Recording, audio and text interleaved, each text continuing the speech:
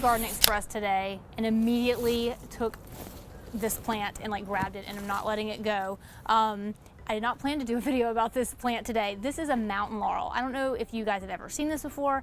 I have not seen one since I was a kid, and I just last week messaged my mom and asked her if we still had one on one of our properties, and she said, I think it's died.